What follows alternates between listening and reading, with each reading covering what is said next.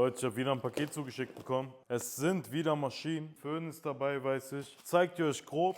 Und wenn ihr wollt, dass ich näher dazu eingehe, schreibt es auf jeden Fall in die Kommentare.